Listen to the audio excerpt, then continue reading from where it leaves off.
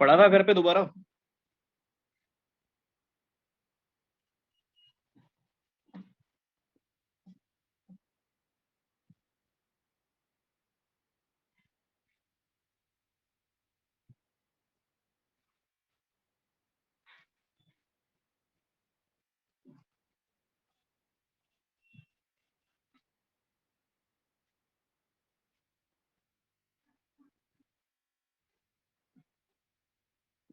दोबारा रिवाइज करवा देता हूँ, फिर अपन कंटिन्यू करेंगे, ठीक है? अब जिसको थोड़ा सा डाउट हो वापस से कंफर्म कर लेना, ठीक है ना? हमने different different laws of chemical combinations पढ़े थे। 5 तरह के लॉज ऑफ केमिकल कॉम्बिनेशंस थे हमारे पास जो हमें पढ़ने थे। पहला वाला जो है वो है हमारे पास law of conservation of mass, दूसरा डेफिनेट प्रोपोर्शन, तीसरा मल्टीपल प्रोपोर्शन, चौथा हम पढ़ेंगे लॉ ऑफ गैसियस वॉल्यूम, और पांचवा हम पढ़ेंगे Avogadro law. Law of conservation of मास आपको पता है क्या होता है? Law of conservation of mass is nothing but that the mass will remain conserved during any physical or chemical change। किसी भी फिजिकल और केमिकल चेंज के during the mass will remain conserved, जिसमें एक एक्सेप्शन था that this law is not applicable in case of nuclear reactions. Nuclear reactions के अंदर यह लॉ एप्लीकेबल नहीं होगा। केमिकल रिएक्शन की अगर अपन बात करें तो केमिकल रिएक्शन के अंदर अगर अपने को इस लॉ को एप्लीकेबल करवाना है तो क्या कंडीशन थी हमारे पास में? That the reaction should be balanced. The reaction should be in terms of balanced reaction. अगर अपने को क्रॉस चेक करना है कि भाई क्या जो हमारे पास स्टार्टिंग में मास था क्या वो प्रोडक्ट के मास के बराबर होगा या नहीं होगा, तो necessary condition is balanced chemical reaction. Constant proportion, जिसको अपन ने डेफिनेट प्रपोर्शन भी बोला था या कांस्टेंट कंपोजिशन भी बोला था। कांस्टेंट प्रपोर्शन, प्रपोर्शन का मतलब होता है रेशियो, और कांस्टेंट प्रपोर्शन मतलब क्या हो गया? एक फिक्स रेशियो की अपन बात कर रहे हैं। तो ये किसके फिक्स रेशियो के बारे में बोलता है? ये बोलता है कि किसी भी कंपाउंड के अंदर अगर आप मान लो किसी भी कंपाउंड को कंसिडर कर रहे हो तो उसमें उन कंपाउंड के जो एलिमेंट्स होंगे, जैसे मान लो कि हाइड्रोजन और ऑक्सीजन से मैंने बनाया H2O, तो जो एलिमेंट्स होंगे उनके मास का एक फिक्स रेशियो होगा, और वो फिक्स ही होगा हमेशा, इररेस्पेक्टिव ऑफ सोर्स, कहीं से भी ऑब्टेन करो, मास का रेशियो हमेशा फिक्स रहने वाला है, ठीक है ना? पर ये लो जो है ये फेल हो गया जब आइसोटोप इंट्रोड्यूस किए। जब ये लो इंट्रोड्यूस किया था उस टाइम पर आइसोटोप के बारे में कोई बात नहीं की थी, आइसोटोप बाद में आए। और जब बाद में आइसोटोप आए और जब दोनों चीजों को रिलेट किया गया तो इस लॉ में कुछ ड्रॉबैक आ गया। ये लॉ क्या बोल रहा है कि एक कंपाउंड के अंदर एक ही रेशियो मिलना चाहिए आपको, उससे अलावा कोई रेशियो नहीं मिलना चाहिए। अब अगर मान लो पहली बात तो मैंने लिया कार्बन डाइऑक्साइड, मैंने लिया CO2 जिसमें 6C12 है, और फिर से मैंने लिखा 6C13, और मैंने CO2 लिखा। अब पहले तो आप मुझे बताओ, जो मैंने स्टार्टिंग में लिखा है CO2 और जो मैंने बाद में लिखा है CO2, कितने कार्बन और ऑक्सीजन है? एक कार्बन और दो ऑक्सीजन है। मतलब मुझे क्या बोलना चाहिए? Carbon dioxide. क्या बोलना चाहिए? कार्बन डाइऑक्साइड, ये बोलना चाहिए मुझे। अब मुझे बताओ, क्या मैंने आइसोटोप अगर चेंज कर दिया तो क्या कंपाउंड चेंज हो गया क्या, या उसका नाम चेंज हो गया क्या? आइसोटोप चेंज करने से, सिर्फ आइसोटोप चेंज करने की वजह से कंपाउंड में कोई चेंज नहीं आया। आप नाम चेंज नहीं कर दोगे कंपाउंड का, कंपाउंड अभी भी सेम है, सिर्फ आइसोटोप चेंज हुआ है। ये लॉ क्या बोलता था? ये लॉ ये बोलता था कि एक कंपाउंड का एक ही रेशियो होना चाहिए।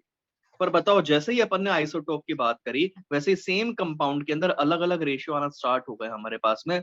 यानी कि हमारे पास क्या आ गया? एक रेशियो आ गया 12:32 और दूसरा रेशियो आ गया आपके पास 13:32। तो मतलब इसका लॉ तो फेल हो गया। मगर कब फेल हुआ? तब फेल हुआ जब अपन किसकी बात करना स्टार्ट कर दिए? आइसोटोप की। तो मतलब कुल मिला के बात इतनी सी है इसके अंदर कि हम इस लॉ को अगर समझेंगे तो तब समझेंगे या तब कंसिडर करेंगे अगर आप आइसोटोप की कोई बात नहीं करोगे। मतलब क्या है कि this law is not applicable in case of isotopes, ये भी मैं आपको लिखवा चुका था। आगे बढ़े। अब आया हमारे पास में लॉ ऑफ मल्टीपल प्रपोर्शन। आपको हर एक लॉ के लिए एक डीप इनसाइड आपके माइंड में एक थोड़ा सा फील आना चाहिए कि भाई कौन सा लॉ क्या बोलता है। Law of multiple proportion. Multiple proportion नाम से समझ में आ रहा है, मल्टीपल प्रपोर्शन मतलब मल्टीपल रेशियोज। किसके मल्टीपल रेशियोज के बारे में बात कर रहे हैं? पहली बात तो इस लॉ को अगर आपको देखना है, या 4 ऑप्शंस में से आपसे पूछ लिया कि in which of the following law of multiple proportion is applicable, तो सबसे बेसिक सी चीज है कि आपको क्या बोलता है ये लॉ, कि अगर दो एलिमेंट से मिलके अलग अलग अगर कंपाउंड आप बना रहे हो, अगर दो एलिमेंट से मिलके अलग अलग कंपाउंड अगर आप बना रहे हो, तो अगर किसी एक का मास आपने फिक्स कर दिया तो दूसरे वाले का मास अपने आप सिंपल रेशियो में होगा। अगर किसी एक का मास फिक्स कर दिया तो दूसरे वाले का मास अपने आप सिंपल रेशियो में होगा। ठीक है ना। जैसे मान लो यहाँ पर कार्बन का मास देखोगे तो 12:16 है, और यहाँ पर 12:32 है। किसका मास फिक्स कर दिया? कार्बन का। तो फिर किसका मास सिंपल रेशियो में होना चाहिए? सिंपल रेशियो में होना चाहिए ऑक्सीजन का, मतलब 16:32। सिंपल रेशियो का मतलब क्या होता है? सिंपल रेशियो का मतलब होता है कि होल नंबर में होना चाहिए। ठीक है ना। बहुत सारे एग्जांपल्स मैंने करवाए थे फिर इसी से रिलेटेड आपको। जैसे ये तो कार्बन का हो गया। अगर मान लो हमने सल्फर और ऑक्सीजन लिया, और सल्फर और ऑक्सीजन से मिलकर हमने बनाया SO2 और SO3। सल्फर का मास यहाँ देखोगे तो 32 है, ऑक्सीजन का 32 है, और यहाँ पर 32:48। अब मुझे बताओ किसका फिक्स कर दिया अपन ने? फिक्स करने का मतलब हो गया सेम कर देना मास। बताओ किसका मास फिक्स हो रहा है यहाँ पर? सल्फर का। तो अगर सल्फर का किसी एक का मास अगर फिक्स कर दोगे तो दूसरे का मास अपने आप आपस में सिंपल रेशियो में आना चाहिए। यानी कि यहाँ पर ऑक्सीजन का जो मास है आपस में कंपेयर करें तो it should come out in simple ratio, यानी कि 2:3। बस इतनी सिंपल सी बात है, कुछ भी टफ इसमें है ही नहीं। कोई ऐसा नहीं कि बहुत PhD करनी है, बहुत सिंपल सा एग्जाम्पल था अपने पास में। ठीक है, आगे बढ़ते हैं। ये एक हमारे पास में क्वेश्चन था, ये करवा चुका था मैं, करवा दिया था ना ये।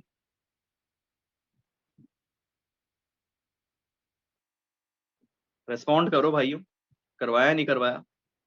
करवा दिया था, ये भी करवा दिया था। अब हम स्टार्ट करते हैं गे-लुसेक्स लॉ ऑफ गैसियस वॉल्यूम। अब नया लॉ अपन स्टार्ट करते हैं जिसका नाम है गे-लुसेक्स लॉ ऑफ गैसियस वॉल्यूम, या सिर्फ और सिर्फ अपन इसको बोल सकते हैं लॉ ऑफ गैसियस वॉल्यूम। ठीक है ना। जैसा इसके नाम से अपने को समझ में आ रहा है, जैसा इसके नाम से अपने को समझ में आ रहा है, ये जो लॉ है ये सिर्फ और सिर्फ कौन से फिजिकल स्टेट के ऊपर बेस्ड है? गैस के ऊपर। सिंगल लाइन के अंदर ये लॉ खत्म हो जाता है। बहुत ही इजी है इस लॉ को समझना, सीधी सिंपल सी बात ये बोलता है, और ये अपन पहले समझ भी चुके हैं जब अपन स्टाइकोमेट्री पढ़े थे। स्टाइकोमेट्री के अंदर अपन ने एक चीज ऑब्जर्व की थी, आप मुझे बताओ, जो स्टाइकोमेट्रिक कोफिशिएंट का रेशियो था वो किस किस के ऊपर अप्लाई किया था अपन ने? मॉलिक्यूल के ऊपर, मोल के ऊपर, वॉल्यूम के ऊपर किया था ना। तो ये वही बात कहता है कि किसी भी केमिकल रिएक्शन के अंदर, किसी भी केमिकल रिएक्शन के अंदर जो सब्सटेंसेस होते हैं वो उनके वॉल्यूम के सिंपल रेशियो में कंबाइन होकर प्रोडक्ट बनाते हैं if the physical state is gas. बस उनका वॉल्यूम जो होता है वो आपस में वॉल्यूम के एक रेशियो के अंदर कंबाइन होते हैं और वॉल्यूम का ही फॉर्मेशन करते हैं, अगर किस फिजिकल स्टेट की आप बात कर रहे हो? गैस की। इतनी सी बात पहले से ही पता था, क्या नया है इसके अंदर? फिर भी पढ़ लेते, चलो क्या बोलता है ये। When gases react together, they always do so in volumes which bear a simple ratio to one another and to the volume of the product if these are also gases। ठीक है ना। हाँ बेटा मनन, क्या हो गया? This holds true provided all measurements of volume are done under similar conditions of temperature and pressure। ठीक है ना। सीधी सिंपल सी बात क्या है इस लॉ के अंदर? ये लॉ एक ही चीज समझाता है, और क्या बोलता है? सीधी सिंपल सी बात दोबारा बोल देता हूं भाई, आपको इस स्टेटमेंट में भी नहीं जाना, आपको तो देसी भाषा में समझना है, चाहे उसने कितनी अंग्रेजी में कुछ भी लिखा हो। आपको इतनी सी बात समझ में आनी चाहिए कि उसकी फील क्या है, वो समझाना क्या चाह रहा है। वो ये समझाना चाह रहा है कि कभी भी अगर फिजिकल स्टेट गैस है सब्सटेंसेस के, तो गैसेस जो है आपस में उनके वॉल्यूम के सिंपल रेशियो में कंबाइन होती है और प्रोडक्ट का फॉर्मेशन करती है। ये है सिंपल सा हमारे पास law of gaseous volume. Avogadro law क्या होता है फिर? एवोगैड्रो लॉ आपने पढ़ा था।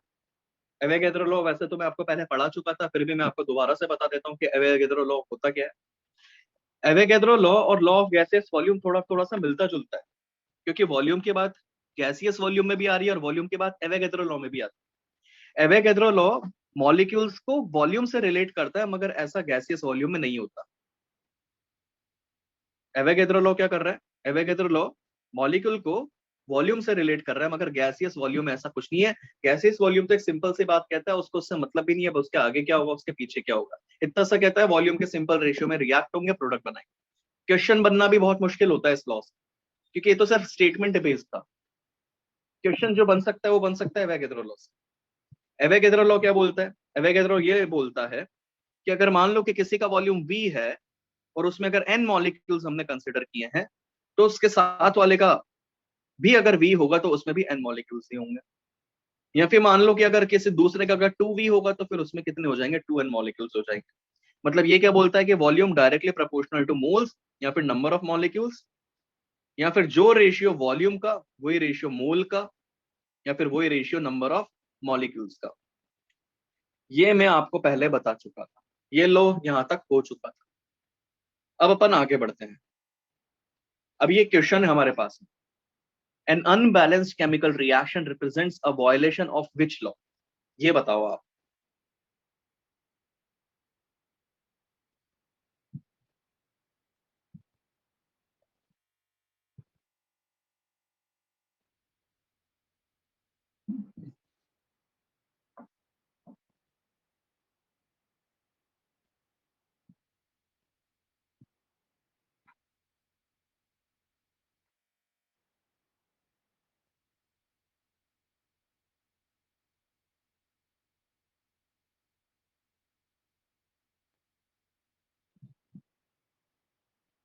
क्या होगा बताओ?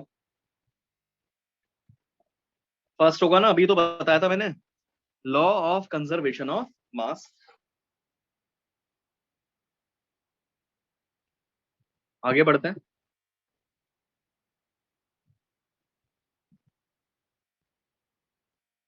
अब मैं क्वेश्चन दे रहा हूं, चलो एक काम करो,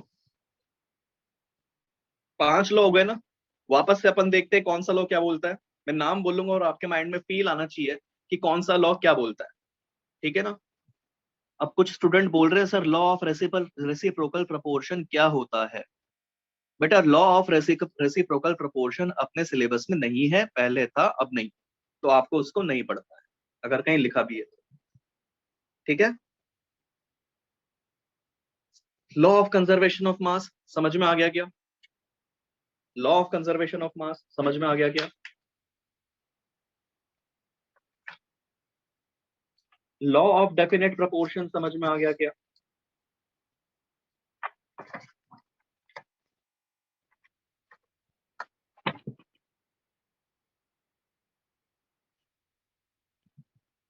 लॉ ऑफ मल्टीपल प्रोपोर्शन समझ में आ गया क्या?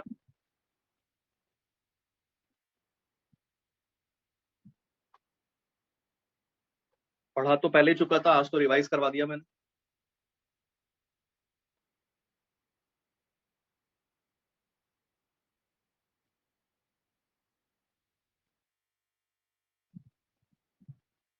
क्वेश्चन करोगे थोड़ा और क्लियर हो जाएगा अगर किसको थोड़ा सा भी डाउट है तो। गैसियस वॉल्यूम और एवोगैड्रो लॉ दोबारा से बता देता हूँ। गैसियस वॉल्यूम इतनी सिंपल सी बात कहता है कि भाई अगर फिजिकल स्टेट गैस की बात कर रहे हो तो उनका रेशियो जो होगा वॉल्यूम का सिंपल होगा, 1:1:2। बस इतनी सिंपल सी बात है।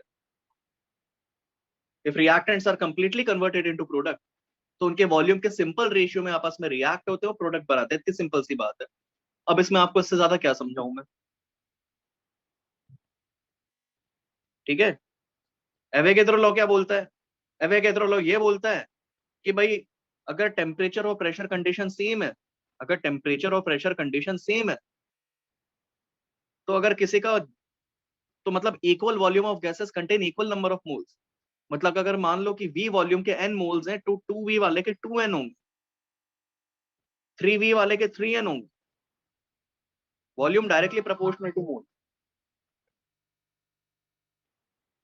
समझ में आ गई बात? ये तो पढ़ा भी चुका था पहले ही। दोनों में क्या डिफरेंस है? पहले वाले में आप वॉल्यूम से मोल की बात रिलेट नहीं कर रहे हो, मगर इस वाले में क्या हो रहा है, आप वॉल्यूम से मोल को भी रिलेट कर रहे हो।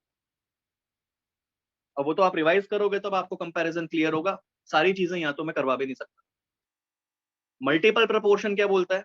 Law of multiple proportion, multiple proportion के अंदर जो बेसिक कंडीशन होती है वो ये होती है कि दो ही एलिमेंट होने चाहिए, उनसे मिलकर अलग अलग कंपाउंड बनने चाहिए। अगर उसमें आपने किसी एक का मास फिक्स कर दिया, कांस्टेंट कर दिया, तो फिर दूसरे वाले का मास अपने आप आपस में एक रेशियो मेंटेन करेगा। बस इतनी सिंपल सी बात है।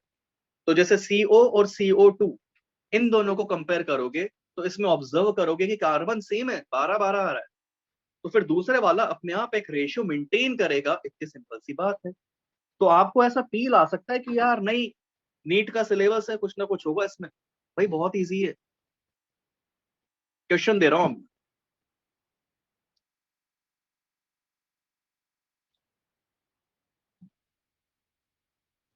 चलो एक बार पढ़ लो इसको, या तो ये पढ़ लो एक बार।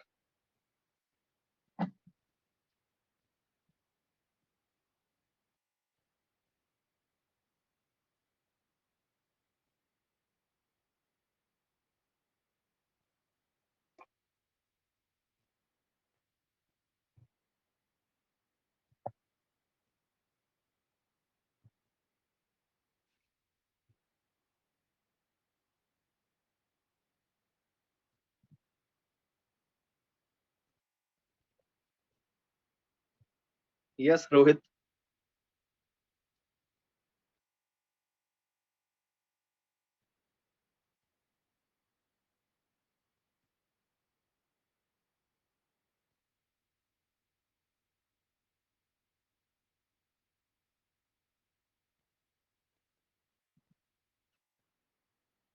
चलो अब क्वेश्चन स्टार्ट करते हैं।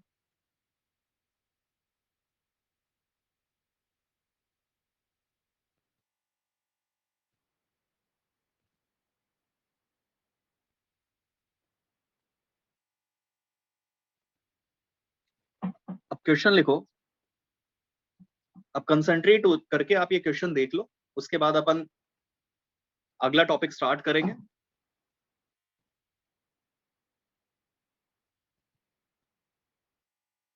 Two elements X and Y combine to form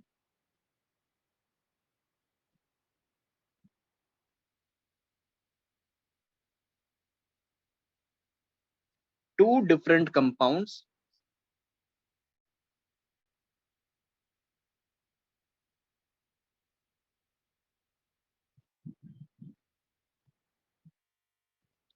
in which ratio of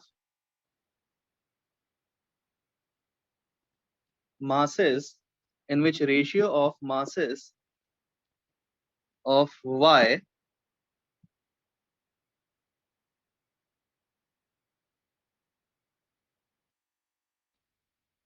attached with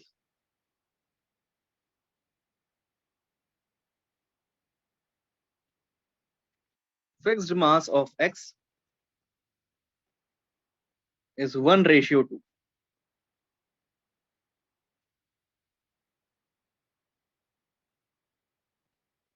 If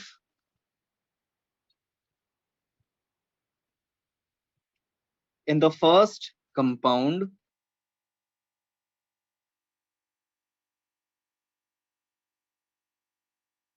16 gram of X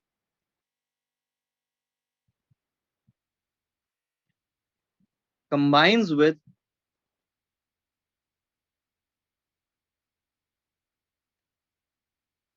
16 gram of Y,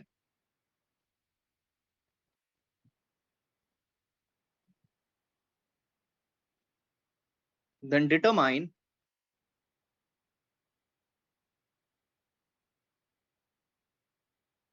the mass of Y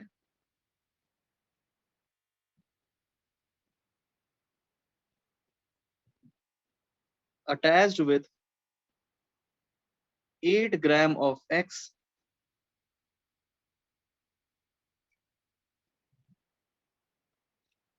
in the second compound. Question पढ़ो एक बार।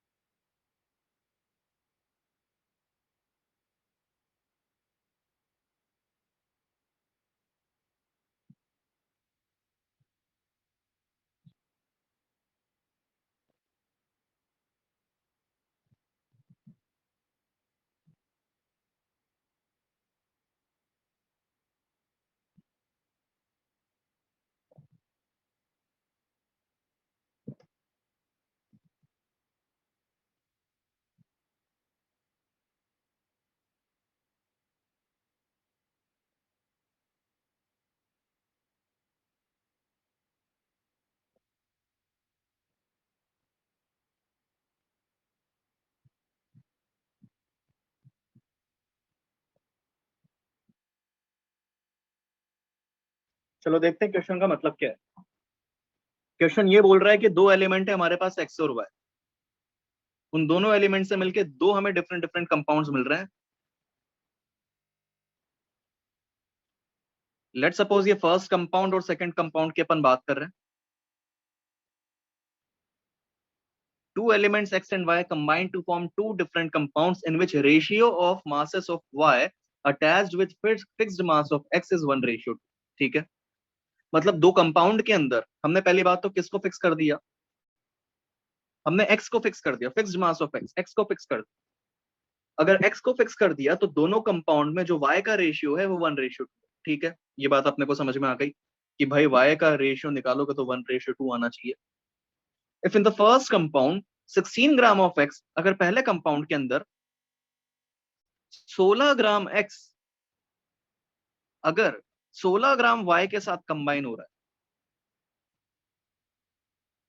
16 ग्राम x किसके साथ combine हो रहा है, 16 ग्राम y। तो चलो वापस से क्वेश्चन अगर पढ़े तो क्या था, हमने किसको फिक्स कर दिया था, x को फिक्स कर दिया था। तो अगर x को फिक्स कर दिया तो अगर पहले वाले में अगर x 16 ग्राम है तो दूसरे वाले में भी 16 ग्राम होना चाहिए। y का रेशियो दोनों में कंपेयर करोगे तो कितना था, 1:2 था। तो अगर पहले वाले में 16 था तो दूसरे वाले में कितना होना चाहिए, 32 होना चाहिए। ठीक है, तो हमसे पूछा गया है, तो फिर बताओ कि 8 ग्राम सेकंड कंपाउंड के अंदर 8 ग्राम x के कंपैरिजन में y कितना होगा। सेकंड कंपाउंड के लिए पूछा है, और क्या पूछा है कि 8 ग्राम x के रेस्पेक्ट में बताओ कि y कितना होगा। तो सीधी सिंपल सी बात, 16 के रेस्पेक्ट में 32, तो फिर 8 के रेस्पेक्ट में कितना, 16। दोबारा समझा देता हूं, दो एलिमेंट x और y, उनसे मिलके दो कंपाउंड बनाने, ये पहला कंपाउंड ये दूसरा कंपाउंड। पहले कंपाउंड के अंदर x और y का रेशियो बताया हुआ है 16 ग्राम और 16 ग्राम।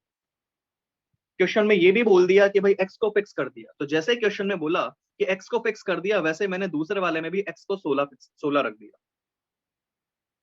क्वेश्चन में ये भी बोला कि भाई दोनों कंपाउंड में अगर y को कंपेयर करोगे तो 1:2। इसका मतलब अगर पहले वाले में मैं y 16 लूंगा तो दूसरे वाले में लूंगा 32। जैसे ही मेरे पास में ये आया वैसे क्वेश्चन सॉल्व। इतना सा पूछा था कि बताओ 8 के रेस्पेक्ट में कितना, तो 8 के रेस्पेक्ट में कितना, 16। किस किस का आंसर आ गया था, आंसर इज 16 ग्राम।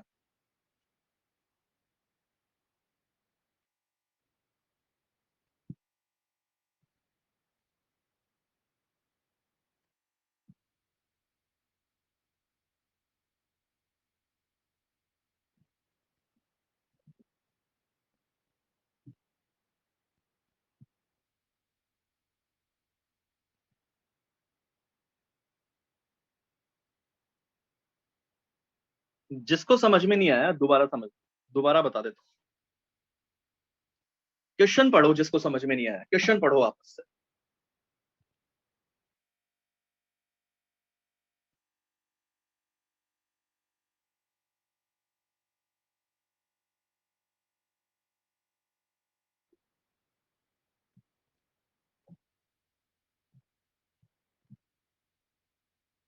तो क्वेश्चन पढ़ के आपको ये समझ में आया होगा कि दो कंपाउंड हैं एक्स और वाई से मिल रहे हैं, एक्स को फिक्स कर दिया, और ये भी बोला है कि फर्स्ट कंपाउंड में एक्स और वाई 16 और 16 है।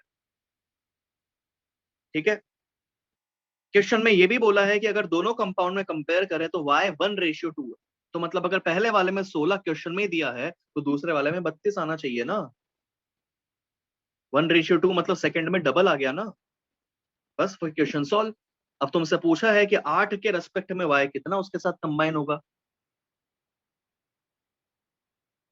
ठीक है, तो मतलब 16 के रेस्पेक्ट में 32 कंबाइन हो रहा है सेकंड कंपाउंड में, तो फिर आधा कर दो ना, 8 के रेस्पेक्ट में कितना, 16 ग्राम होना चाहिए जो y कंबाइन होगा। तो ये 16 ग्राम आंसर आ गया।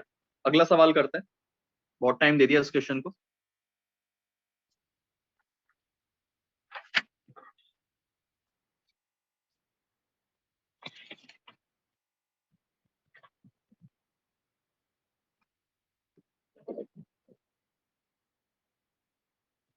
Determine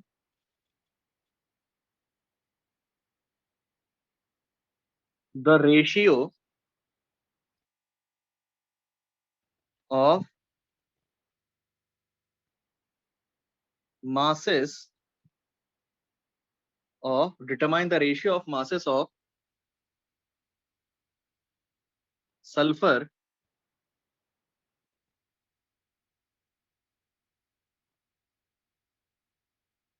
attached with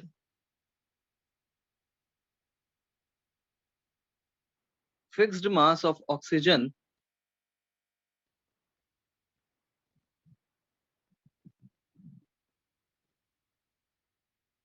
in SO2 and SO3. Determine the ratio of masses of sulfur attached with fixed mass of oxygen in SO2 and SO3. अब सोचो, ये ट्राई करो, डिफरेंट क्वेश्चन है, ट्राई करो, नहीं आएगा कोई दिक्कत नहीं।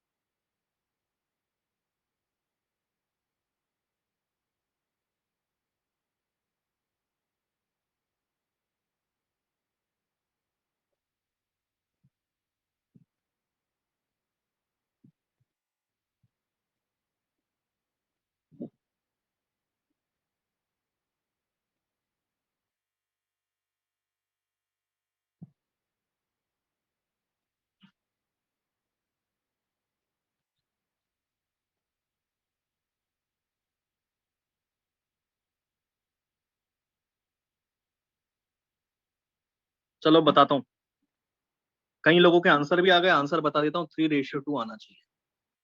कई लोगों ने 1:1 आंसर किया, किसी ने 2:3 आंसर किया, आंसर आना चाहिए 3:2। क्वेश्चन का मतलब समझ लो आप, डिफरेंट क्वेश्चन था, समझ लो आप इसका मतलब क्या है। क्वेश्चन में आपसे ये बोल रहा है कि दो कंपाउंड है, सल्फर और ऑक्सीजन से मिलके हमें जो मिल रहे हैं, SO2 मिल रहा है और SO3 मिल रहा है।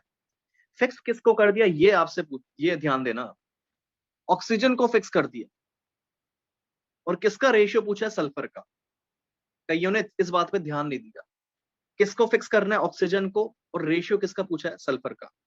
तो चलो SO2 और SO3 में कंपेयर करें तो 32 सल्फर के साथ 32 ऑक्सीजन, मैंने एटॉमिक मासेस लिखे केवल, सल्फर का 32 और 2 ऑक्सीजन की वजह से 32। SO3 में देखोगे तो एक सल्फर की वजह से 32 और 3 ऑक्सीजन की वजह से 48। ऑक्सीजन का फिक्स किया है, इसका मतलब दोनों कंपाउंड में आपको सल्फर की वो वैल्यू निकालनी है अगर दोनों में ऑक्सीजन के सेम वैल्यू से कंपेयर कर। अगर ऑक्सीजन दोनों में सेम रखा तो सल्फर का क्या रेशियो आएगा, ये आपसे पूछा है। तो एक काम करते हैं, ऑक्सीजन को अपन देखते हैं कि भाई 32 ग्राम ऑक्सीजन या 32 AMU ऑक्सीजन, मतलब 32 पार्ट ऑक्सीजन से कितना सल्फर, 32 सल्फर। तो फिर एक ऑक्सीजन के रेस्पेक्ट में कितना, एक सल्फर। तो इसी तरीके से सेकंड कंपाउंड में भी एक ऑक्सीजन के रेस्पेक्ट में देख लेते हैं कि सल्फर कितना आ रहा है। तो देखो 48 ग्राम ऑक्सीजन के रेस्पेक्ट में, 48 ग्राम ऑक्सीजन के रेस्पेक्ट में कितना आएगा, 32 ग्राम सल्फर है जो कंबाइन हो रहा है। तो फिर 1 ग्राम ऑक्सीजन के रेस्पेक्ट में देखो 32/48, यानी ये कितना आ गया, 2/3 ग्राम सल्फर आ रहा है। तो आपने सल्फर का जो रिलेशन निकाला वो 1 के रेस्पेक्ट में निकाल दिया। आप चाहो तो 2 के रेस्पेक्ट में निकालो, 3 के रेस्पेक्ट में निकालो, आपको वो रिलेशन निकालना है अगर ऑक्सीजन दोनों में सेम कंसिडर कर। तो मैंने सेम के तौर पर एक कंसिडर किया कि एक ऑक्सीजन से दूसरा कितना कंबाइन हो रहा है। तो सल्फर 1 है और 2/3 है, तो मतलब 1:2/3 ये सल्फर का हमारे पास रिलेशन आ रहा है। अब इसको अगर सिंप्लीफाई करें तो हम कैसे करते हैं, एलसीएम अगर आप लोगे तो एलसीएम कितना आएगा, 3 आएगा। और एलसीएम अगर 3 आएगा तो कैलकुलेट करने पर ये सॉल्व कर लेना, it should come out to be 3:2। दोबारा बता देता हूं, जिसको फिक्स कर रहे हैं मैंने बोल दिया ऑक्सीजन फिक्स है, मतलब दोनों में सेम ऑक्सीजन के रेस्पेक्ट में दूसरे का निकाल लो, वो आंसर। समझ में आ गया?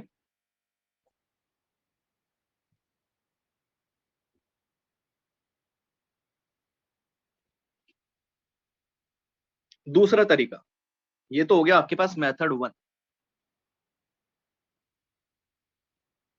मेथड 1, मेथड 2, SO2 और SO3 इन दोनों की बात कर रहे हैं ना। अब मेथड 2 देख लो आप, SO2 और SO3 की बात कर रहे हैं ना। हम किसको फिक्स करना चाह रहे थे? ऑक्सीजन को फिक्स करना चाह रहे थे ना। फिक्स करने का मतलब ऑक्सीजन दोनों में सेम होना चाहिए ना। तो दोनों में सेम करने के लिए देख लो आप, ये SO2 था और SO3 था। यहां पर मुझे बताओ कितने ऑक्सीजन है? 2। यहां पर कितने ऑक्सीजन है? 3। ऑक्सीजन दोनों में सेम करना है तो मुझे बताओ 2 और 3 का एलसीएम क्या आएगा? 2 और 3 का एलसीएम आएगा 6।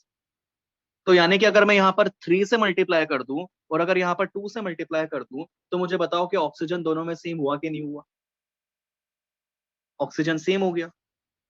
और अगर ऑक्सीजन सेम हो गया तो फिर सल्फर का रेशियो डायरेक्ट आ गया, यानी कि 3 सल्फर और 2 सल्फर, यानी कि डायरेक्ट हमारे पास आंसर आ गया 3:। लो, डायरेक्ट ऐसे भी आ गया।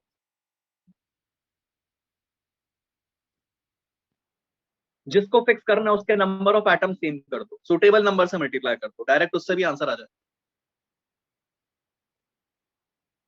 सिमिलर क्वेश्चन दूं एक और? क्या किया मैंने? मुझे पता था ऑक्सीजन फिक्स करना है, तो ऑक्सीजन के नंबर ऑफ एटम सेम कर दिए दोनों, सुटेबल नंबर से मल्टीप्लाई कर, और मल्टीप्लाई करने पर डायरेक्ट अपने पास में आंसर। अगला सवाल कर लोगे अब? एक और question.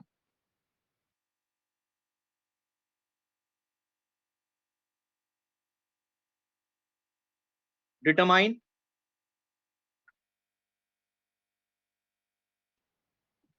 The ratio, determine the ratio of masses of X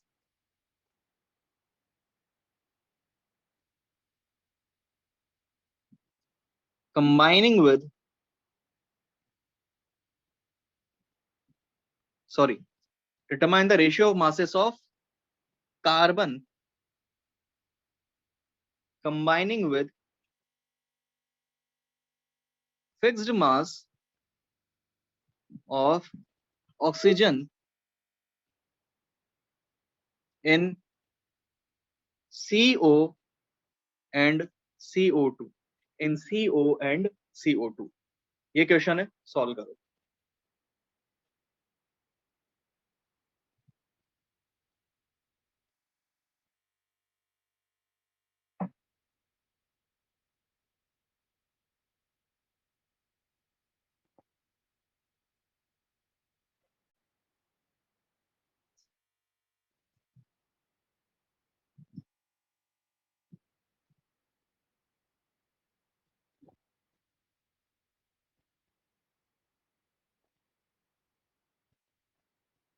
देखते हैं क्या क्या कंपाउंड है। CO है और CO2 है।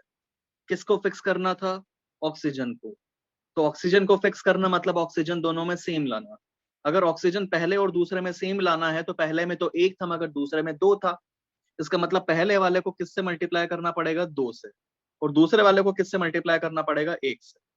अब जब कंपेयर करोगे तो देखो ऑक्सीजन तो कैंसिल हो जाएगा, तो कार्बन का रेशियो सीधे से क्या आएगा? 2:1। 2:1 आंसर आना चाहिए। ये आ रहा है?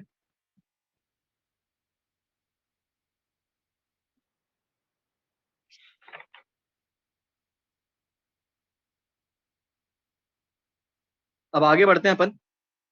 ये हमारे पास में एक रिलेशन है, हालांकि आपके 11th में तो शायद ही यूज होगा, इवन नीट में भी एक ही बार क्वेश्चन आया है जहां पर इसकी जरूरत पड़ेगी।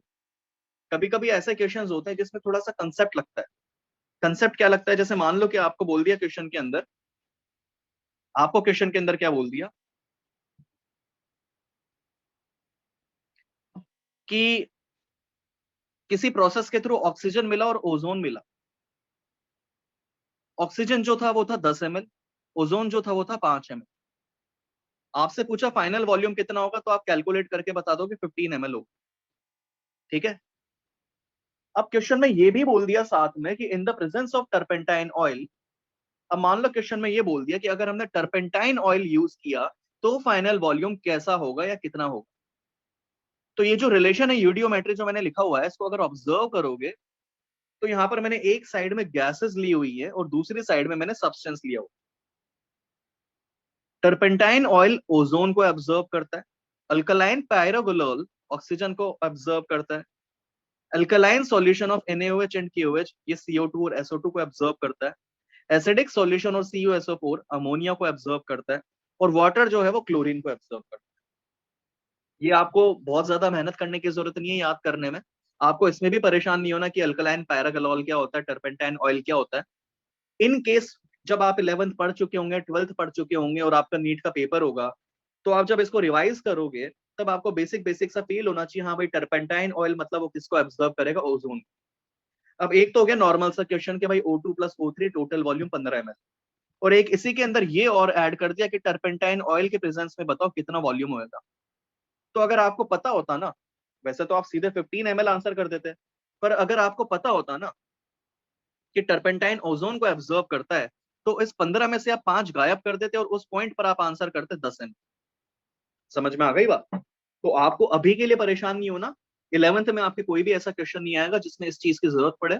बस मैंने आपको कंसेप्ट बता दिया कि हाँ भाई किस तरह के क्वेश्चन में अपने को ये चीज यूज हो सकती है। ठीक है ना। अपन आगे बढ़ते हैं अब। वैसे इस चैप्टर के जो टॉपिक्स थे वो तो सारे के सारे हो चुके हैं, पर फिर भी मैं आपको एक कंसेप्ट है, कंसंट्रेशन टर्म्स है, वो मैं आपको समझाना चाह रहा हूँ। कंसंट्रेशन टर्म्स इसके आगे के चैप्टर्स में बहुत ज्यादा यूज होने वाली है। जैसे आपने नाम सुना होगा molarity, normality, mole fraction, molality, percentage weight by wait. ये सारी की सारी चीजें आपने नाम सुने होंगे। मोलैरिटी, केमिकल इक्विलिब्रियम हो गया, आयनिक इक्विलिब्रियम हो गया, इवन 12th का चैप्टर सॉल्यूशंस है आपका, वो हो गया। इन सब में कंसंट्रेशन टर्म्स की काफी ज्यादा जरूरत है। तो मैं वो चीजें आपको बेसिक से समझाना चाह रहा हूँ। ठीक है ना। तो हालांकि चैप्टर तो एंड हो चुका है, मगर वो कंसंट्रेशन टर्म्स में आपको सिखाना चाह रहा हूँ, अपन उसको समझने की कोशिश करते हैं। ठीक है। तो एकदम बेसिक से मैं स्टार्ट करता हूँ। पहली बात तो कंसंट्रेशन टर्म्स, ये जो टर्म्स होती है ना, molarity, normality, percentage weight by weight, इन सबको अपन बोलते हैं concentration terms.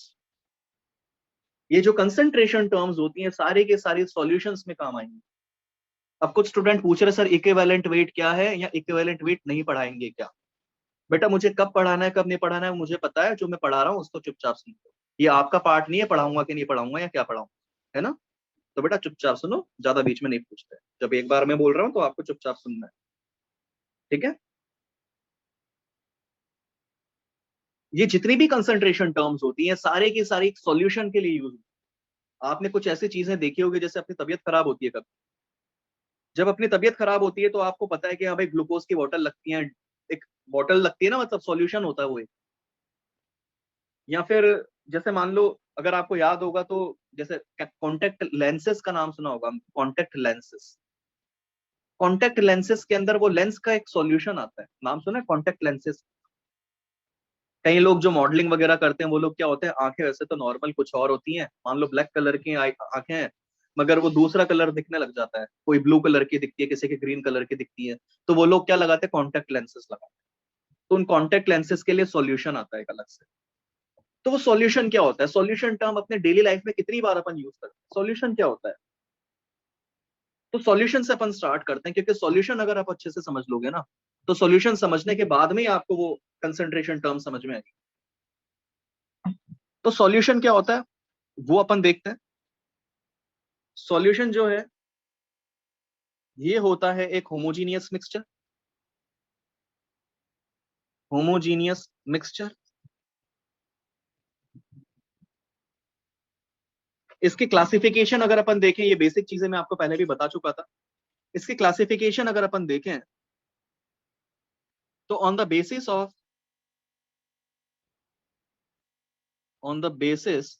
Of physical state,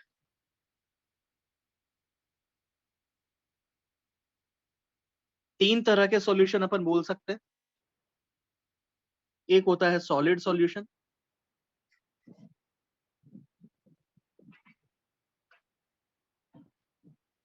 एक होता है लिक्विड सॉल्यूशन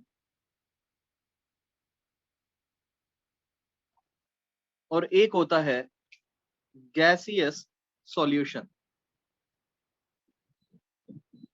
क्या होता है? Gaseous solution. अगर सॉल्यूशन की फाइनल फिजिकल स्टेट अगर सॉलिड है तो आप उसको बोलोगे सॉलिड सॉल्यूशन। अगर सॉल्यूशन की फाइनल फिजिकल स्टेट लिक्विड है तो आप उसको बोलोगे लिक्विड सॉल्यूशन। और अगर सॉल्यूशन की फाइनल फिजिकल स्टेट गैसियस है तो आप उसको बोलोगे गैसियस सॉल्यूशन। सॉलिड सॉल्यूशन का एग्जांपल जैसे अलॉय हो गया, अलॉय व्हील जो बाइक्स वगैरह में होते हैं उनका फिजिकल स्टेट क्या हो गया? सॉलिड हो गया। लिक्विड सॉल्यूशन के बहुत सारे एग्जांपल्स हम बोल सकते हैं जैसे वाटर प्लस सॉल्ट हो गया।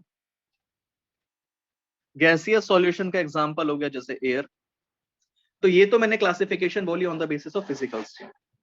इसी तरीके से on the basis of number of components अगर अपन बात करें, on the basis of number of components अगर अपन बात करें, तो अगर मान लो 2 कंपोनेंट वाला सॉल्यूशन था तो हम उसको क्या बोलते हैं? Binary solution.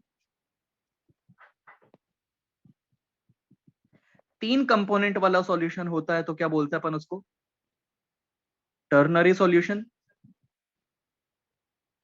4 कंपोनेंट वाला सॉल्यूशन होता है तो अपन क्या बोलते हैं?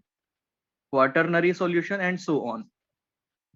अपने को इसमें बहुत ज्यादा डिटेल में नहीं जाना, अपने को जो थोड़ा सा अपने ज्यादा काम का है वो है या तो लिक्विड सॉल्यूशन या फिर गैसियस सॉल्यूशन। और नंबर ऑफ कंपोनेंट के बेसिस पर अपन मेनली बात करते हैं 2 कंपोनेंट वाले solution.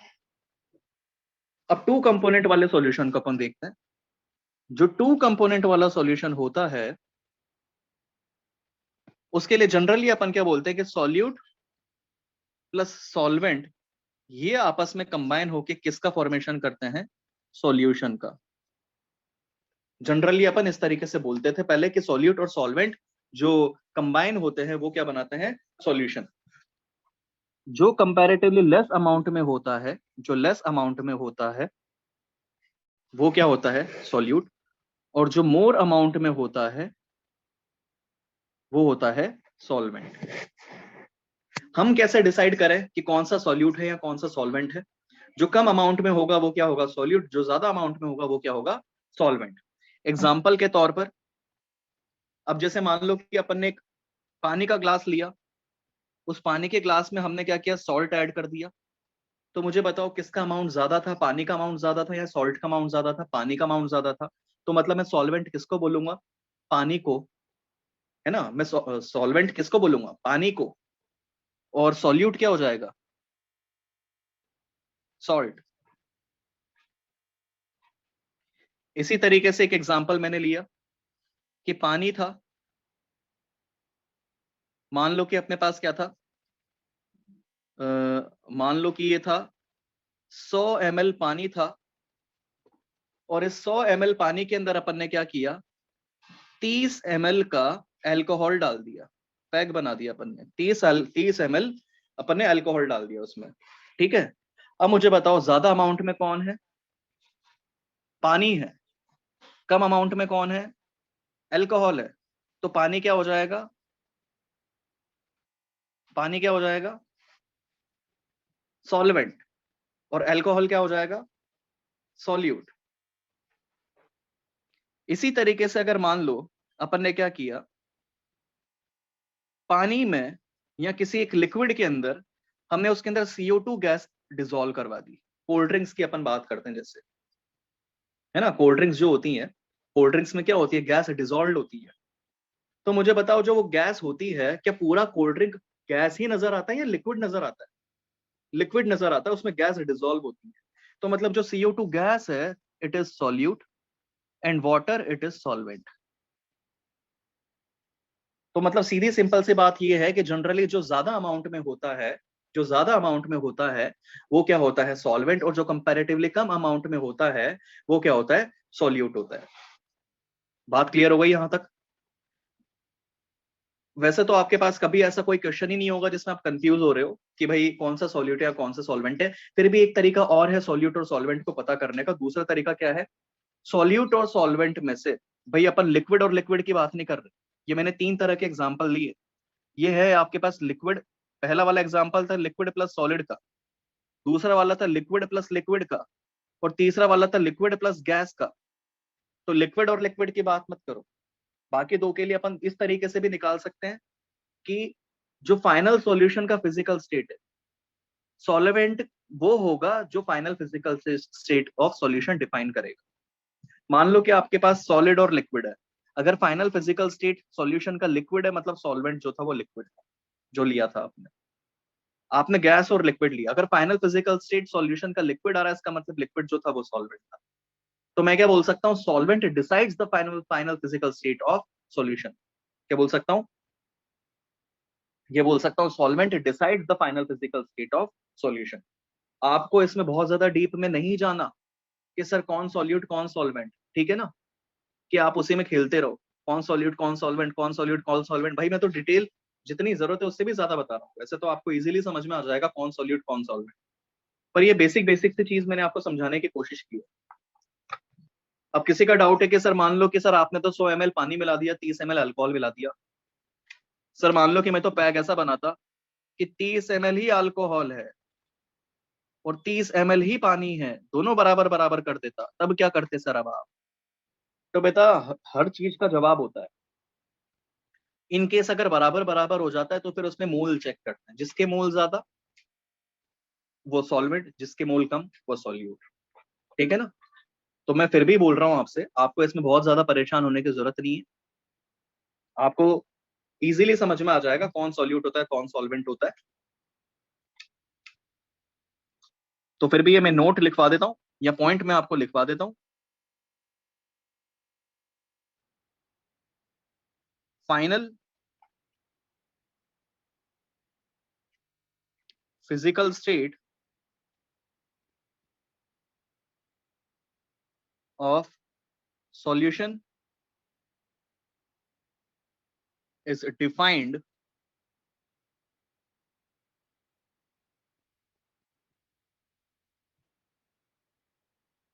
on the basis of solvent, या फिर solvent decides the final physical state of solution, ठीक है। ऐसे ही कभी कभी आपको हो सकता है कि कहीं टर्म मिले एक्वस, कहीं अगर एक्वस लिखा हुआ है, जैसे एक्वस सॉल्यूशन लिखा हुआ है, तो एक्वस सॉल्यूशन मतलब सॉल्वेंट क्या होगा, मींस सॉल्वेंट इज वाटर, ठीक है। ऐसे ही आपने कभी कंसंट्रेटेड और डाइल्यूट सॉल्यूशन का नाम सुना होगा, कंसंट्रेटेड और डाइल्यूट सॉल्यूशन। क्या होता है कंसंट्रेटेड या फिर डाइल्यूट सॉल्यूशन?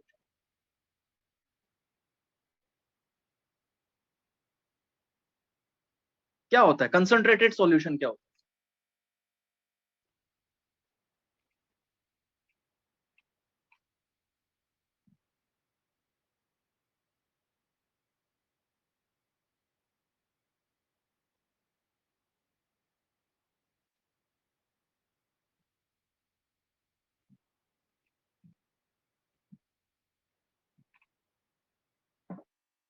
लैब में गए होंगे, स्कूल में तो आपने देखी होगी, बॉटल्स के ऊपर लिखा रहता है, जो पर्ची लिखी होती है HCl या H2SO4, जो भी हमारे पास में है सब्सटेंस, ब्रैकेट में लिखा रहता है डाइल्यूट या फिर कंसंट्रेटेड। क्या होता है डाइल्यूट या फिर कंसंट्रेटेड का मतलब?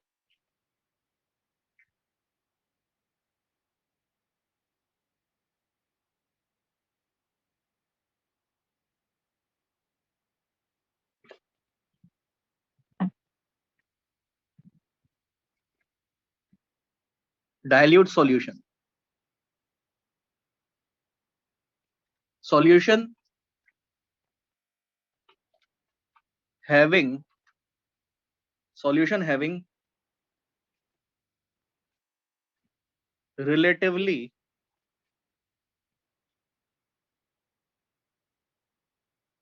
Higher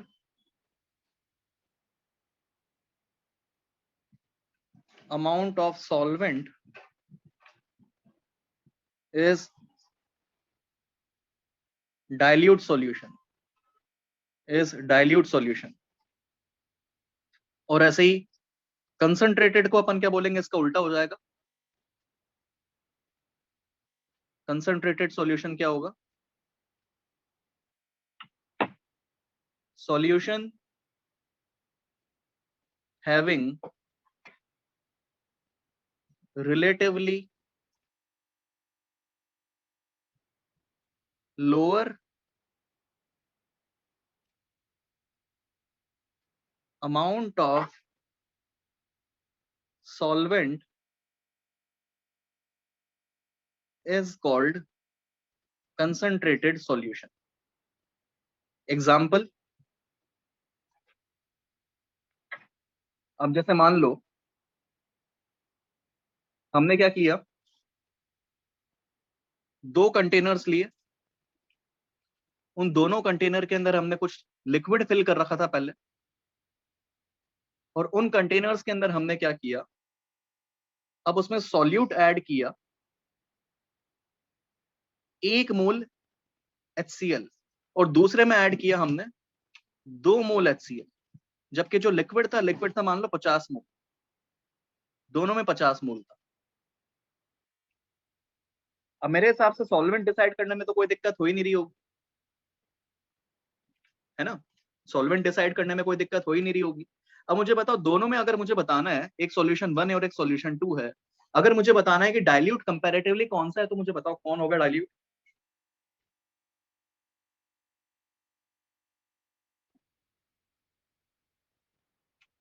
for the same amount of solute, अगर सेम अमाउंट ऑफ सॉल्यूट आप अगर आप देख रहे हो, तो for the same amount of solute जिसमें सॉल्वेंट की क्वांटिटी कम होगी उसको आप क्या बोलोगे, डाइल्यूट, और अदरवाइज आप क्या बोलोगे, कंसंट्रेटेड। तो 1 मोल के रेस्पेक्ट में देखोगे तो आपके पास 50 मोल आपके पास यहाँ पर सॉल्वेंट आ रहा है, और यहीं पर अगर आप देखोगे तो 2 के रेस्पेक्ट में 50, तो 1 के रेस्पेक्ट में कितना आ गया, 25।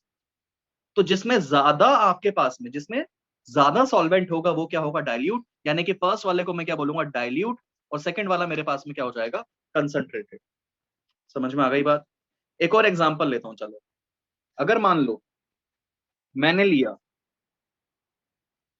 ये दो अपने पास में सॉल्यूशन है, दोनों में मैंने 1-1 मोल लिया, ये 1 मोल, ये 1 मोल, कोई भी सब्सटेंस था, मगर पहले वाले के अंदर 2 लीटर सॉल्यूशन था और दूसरे वाले के अंदर 3 लीटर सॉल्यूशन था, सॉरी 3 लीटर सॉल्वेंट था। अब मुझे बताओ फर्स्ट और सेकंड में से कौन सा डाइल्यूट है,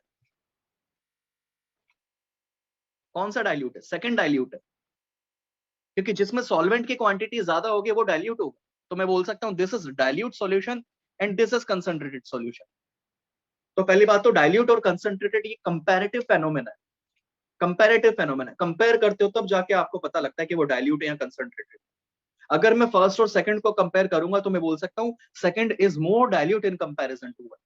मगर इसी की जगह अगर मुझे बताओ, अगर मान लो कि मैंने एक और सॉल्यूशन लिया जिसमें 4 लीटर है और 1 ही मोल सब्सटेंस है, अब मुझे बताओ कि थर्ड और सेकंड को अगर मैं कंपेयर करूंगा तो थर्ड और सेकंड के अंदर मुझे बताओ कौन डाइल्यूट है, कौन डाइल्यूट है, थर्ड डाइल्यूट है और सेकंड कंसंट्रेटेड। तो मतलब जब फर्स्ट और सेकंड को कंपेयर कर रहे थे तो जो पहले जो डाइल्यूट था अचानक से वो कंसंट्रेटेड हो गया। इसका मतलब ये क्या है, कंपैरेटिव फेनोमेना, एक रिलेटिव फेनोमेना। फिर भी अब आगे से अपन किसी को भी डाइल्यूट या कंसंट्रेटेड अगर बोलेंगे तो अपन एक रेफरेंस कंसिडर करेंगे। मोलैरिटी एक टर्म होती है, किसी की भी कंसंट्रेशन अगर 1 मोलर से ज्यादा होगी, if the concentration is greater than 1 molar, तो अब आज से अपन उसको क्या कंसिडर करना चलेंगे, कंसंट्रेटेड। और अगर किसी की कंसंट्रेशन अगर 1 मोलर से कम होगी तो हम उसको क्या बोलना चालू कर रहे हैं अब से, डाइल्यूट। किसी की कंसंट्रेशन 1 मोलर से कम तो डाइल्यूट, और अगर 1 मोलर से ज्यादा तो कंसंट्रेटेड। अब से आगे अपन यही कंसिडर करने वाले हैं। आयनिक इक्विलिब्रियम एक चैप्टर है अपना, उसके अंदर अपन यही कंसेप्ट यूज करेंगे। अदरवाइज बेसिक बेसिक सा फील आना चाहिए, मैं आपको बेसिक समझाने की कोशिश कर रहा था। अब किसी को समझ में नहीं आ रहा होगा मोलर मतलब क्या होता है, तो बेटा मोलर मतलब क्या होता है मैं सिखा दूंगा आपको। अब अपन कंटिन्यू करते हैं कंसंट्रेशन टर्म्स का मतलब। कंसंट्रेशन टर्म्स क्या होती हैं, सुन लो मेरी बात ध्यान से। कितनी तरह की कंसंट्रेशन टर्म्स होती है पहले तो मैं वो समझाने की कोशिश करता हूँ। कंसंट्रेशन टर्म्स, कंसंट्रेशन टर्म्स की स्पेलिंग गलत कर दी मैंने, इसको सही कर देते हैं। कंसंट्रेशन टर्म्स, कितनी तरह की कंसंट्रेशन टर्म होती है? कंसंट्रेशन टर्म की नीड क्या है? किसी भी सॉल्यूशन में कितना सॉल्यूट कितने सॉल्वेंट के साथ कंबाइन हो रहा है, उसको डिफाइन करने के लिए एक टर्म यूज करते हैं अपन, जिसको बोलते हैं कंसंट्रेशन टर्म्स। जैसे मान लो आपने ऑब्जर्व किया होगा, जैसे कोई भी एक सॉल्यूशन, मान लो कि अपन क्या है, जैसे फ्रूटी पी रहे हैं, तो फ्रूटी का एक ही तरह का टेस्ट मिलेगा। कभी ऐसा हुआ है कि हाँ भाई आज कोटा में या फिर कहीं पर आपकी जगह पर फ्रूटी पी तो अलग टेस्ट आया, और किसी दूसरी जगह पर गए, कहीं घूमने फिरने गए, तो वहां पर टेस्ट अलग आ रहा है? ऐसा होता है क्या? नहीं होता, नहीं होता ना। तो अंदाजे से तो बनाते नहीं है वो भाई, वो इतनी बड़ी कंपनी है, उनको टेस्ट मेंटेन करके रखना है। तो मतलब एक फिक्स क्वांटिटी होगी कि हाँ भाई अपने को इस रेशियो में इसको इसके साथ मिलाना है, ये इतना मिलाना है, ये इतना मिलाना है, ये इतना मिलाना है। एक फिक्स कंपोजिशन सेट करनी पड़ती होगी उनको, है ना? एक फिक्स कंपोजिशन सेट करनी पड़ती होगी। तो जो कंपोजिशन डिफाइन करते हैं अपन कि हाँ भाई ये इसके साथ इतना मिलेगा, ये इसके साथ इतना मिलेगा, उसको कंपोजिशन को अपन बोलते हैं कंसंट्रेशन। उस मिलाने की उस क्वांटिटी को अपन क्या बोलते हैं कि भाई कौन किसके साथ कितना मिलेगा, उसको अपन क्या बोलते हैं? कंपोजिशन। उस कंपोजिशन को अपन कैसे डिफाइन कर रहे हैं? कंसंट्रेशन को। तो किसी भी एक सब्सटेंस का अमाउंट किसी दूसरे के साथ अपन कितने तरीके से डिफाइन कर सकते हैं, तो वो मैं आपको बता रहा हूं। कितनी तरह की कंसंट्रेशन टर्म होती है? एक होती है जैसे परसेंटेज वेट बाय वेट, एक होती है परसेंटेज वेट बाय वॉल्यूम, एक होती है परसेंटेज जैसे वॉल्यूम बाय वॉल्यूम, एक होती है मोलैरिटी, एक होती है मोलैलिटी, एक होती है नॉर्मेलिटी, एक होती है पार्ट्स पर मिलियन, पार्ट्स पर मिलियन, और एक होती है हमारे पास में पार्ट्स पर million mole fraction, mole fraction. इतनी तरह की कंसंट्रेशन टर्म्स होती है हमारे पास। इन सब में जो सबसे ज्यादा जरूरी है वो है मोलैरिटी, जो आगे वाले चैप्टर 11th के चैप्टर के बेसिस पर अगर अपन बात करें, तो एक होती है हमारे पास मोलैरिटी, नॉर्मेलिटी और मोल फ्रैक्शन। इन सब में ये तीन तो सबसे ज्यादा इंपॉर्टेंट, ठीक है ना? अब हरीश बोल रहा है पार्ट्स पर बिलियन होता है, निशांक बोल रहा है पार्ट्स पर बिलियन भी होता है। मेरे भाई से तो बिलियन ट्रिलियन कुछ भी हो सकता है, उसका कंसेप्ट क्या है वो समझना। लिख तो रहे हो, होता क्या है वो भी पता है आपको, क्यों यूज कर रहे हैं, किस तरीके से यूज कर रहे हैं, वो समझ लो आप पहली बात। इतनी तरह के कंसंट्रेशन टर्म्स होते हैं।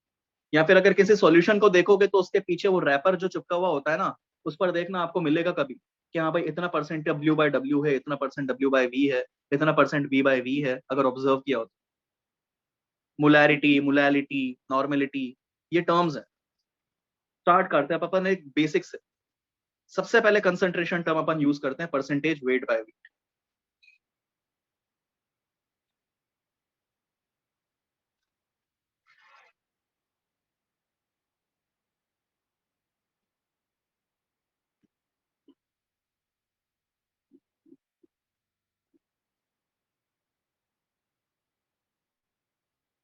सबसे पहली कंसंट्रेशन टर्म अपन यूज करते हैं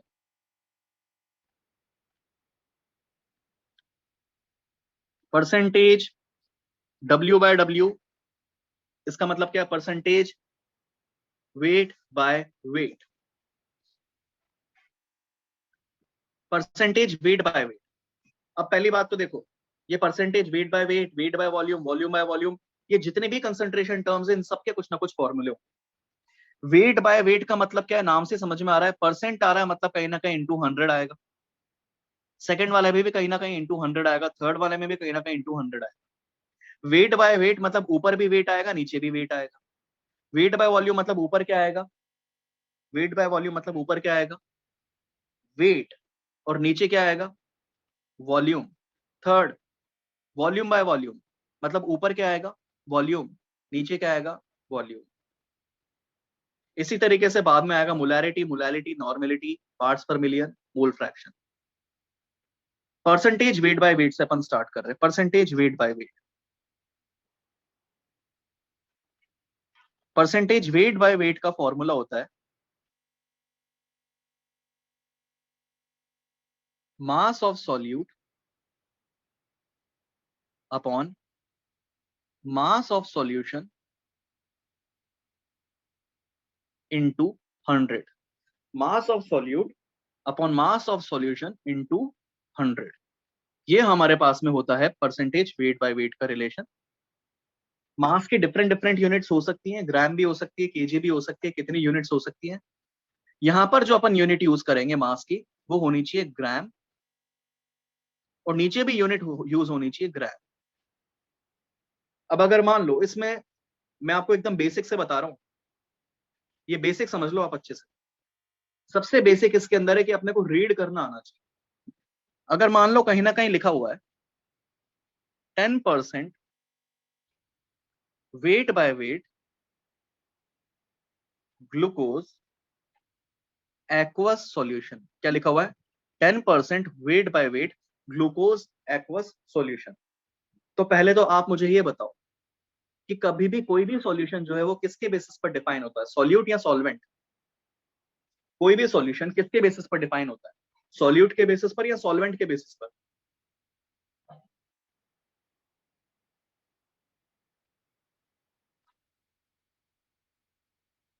सॉल्वेंट के बेसिस पर डिसाइड होता है कि सॉल्यूशन किसका है।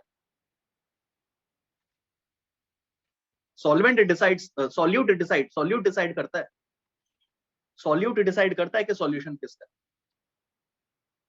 अपन बोलते हैं सॉल्यूशन है, तो नाम क्यों बोलते हैं भाई, ग्लूकोज का सॉल्यूशन है, शुगर का सॉल्यूशन है, सॉल्ट का सॉल्यूशन है। तो मतलब सॉल्यूशन तो ऐसे ही बोल दिया, मगर किसका बोला? सॉल्यूट के बेसिस पर ही तो बोल रहे हो। तो सॉल्यूट डिफाइन करता है किसी भी सॉल्यूशन। तो कभी भी अगर अपन अब कोई कंसंट्रेशन टर्म पढ़ने वाले ना, इनमें से कोई भी कंसंट्रेशन टर्म हो, तो कंसंट्रेशन टर्म्स में से अपन जितनी भी कंसंट्रेशन टर्म है, अपन उसमें ये चेक करना वाले हैं कि सॉल्यूट पूरे सॉल्यूशन में कितना कितना प्रेजेंट। मतलब जितने भी फॉर्मूले आएंगे उन सब में अपन ये चेक करेंगे कि सॉल्यूट पूरे सॉल्यूशन में कितना कितना प्रेजेंट था। तो मतलब इसमें भी देखो आप, मैंने ऊपर लिखा मास ऑफ सॉल्यूट, नीचे लिखा मास ऑफ सॉल्यूशन, तो एक्चुअल में percentage of solute he calculate कर रहा हूं कि पूरे सॉल्यूशन में से वो सॉल्यूट कितना प्रेजेंट था। तो अब जितनी भी कंसंट्रेशन टर्म्स आएंगी उनमें से अपन सॉल्यूट के बेसिस पर ही अपन उस पूरे को कैलकुलेट करने वाले। अब मुझे बताओ, मैंने लिखा 10% wait by wait glucose aqueous solution. मैंने क्या लिखा? 10% wait by wait glucose aqueous solution. तो मुझे बताओ इसमें सॉल्यूट कौन था? इसमें सॉल्यूट कौन था? मैं बोल सकता हूँ ग्लूकोज जो था वो तो क्या था, सॉल्यूट, क्योंकि जिसके नाम से वो सॉल्यूशन बता रहे थे, क्योंकि वही सॉल्यूट होगा। अब उसने बोल दिया ग्लूकोज का एक्वस सॉल्यूशन है, मतलब जिसके नाम से बताओगे सॉल्यूशन वो सॉल्यूट। अच्छा, सॉल्वेंट क्या होगा? एक्वस बोल दिया तो मैं क्या बोल सकता हूँ, सॉल्वेंट क्या होगा? वाटर। सॉल्वेंट क्या होगा? वाटर। ठीक है। अब जो जरूरी है वो अपन डिस्कस करते हैं, रीड कैसे करेंगे इसको। 10% wait by wait glucose aqueous solution, इसका मतलब अपन इसको ऐसे रीड करेंगे, सुनना मेरी बात ध्यान से। 10%, परसेंट का मतलब होता है पर 100, मतलब 100 में से काउंट कर रहे हो।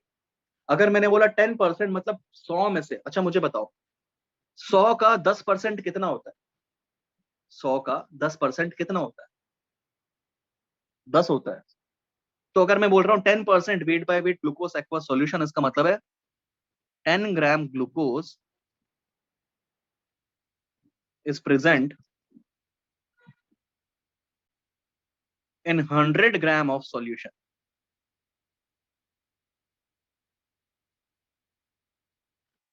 10 gram glucose is present in 100 gram of solution. 100 gram of water नहीं, एक्वस सॉल्यूशन था, वो पूरा सॉल्यूशन था। समझ में आ गई बात?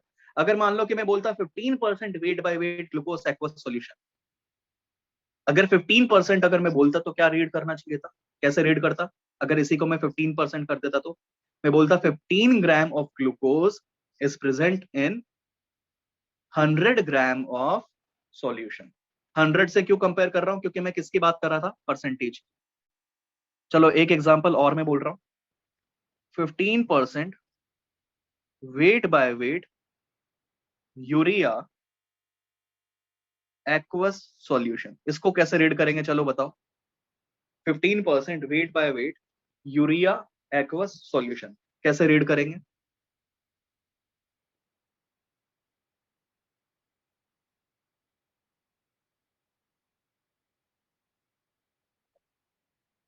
Fifteen gram urea 15 gram urea is present in 100 gram of aqueous solution। समझ में आ गई बात? समझ में आ गया? अब मुझे बताओ, मैंने आपको जैसा बोला था, मैंने बोला था आपको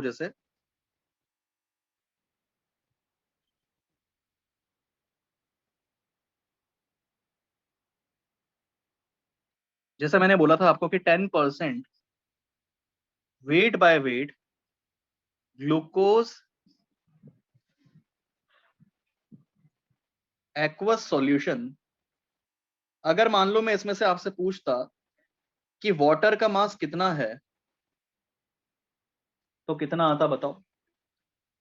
वाटर का मास कितना है, कितना आता?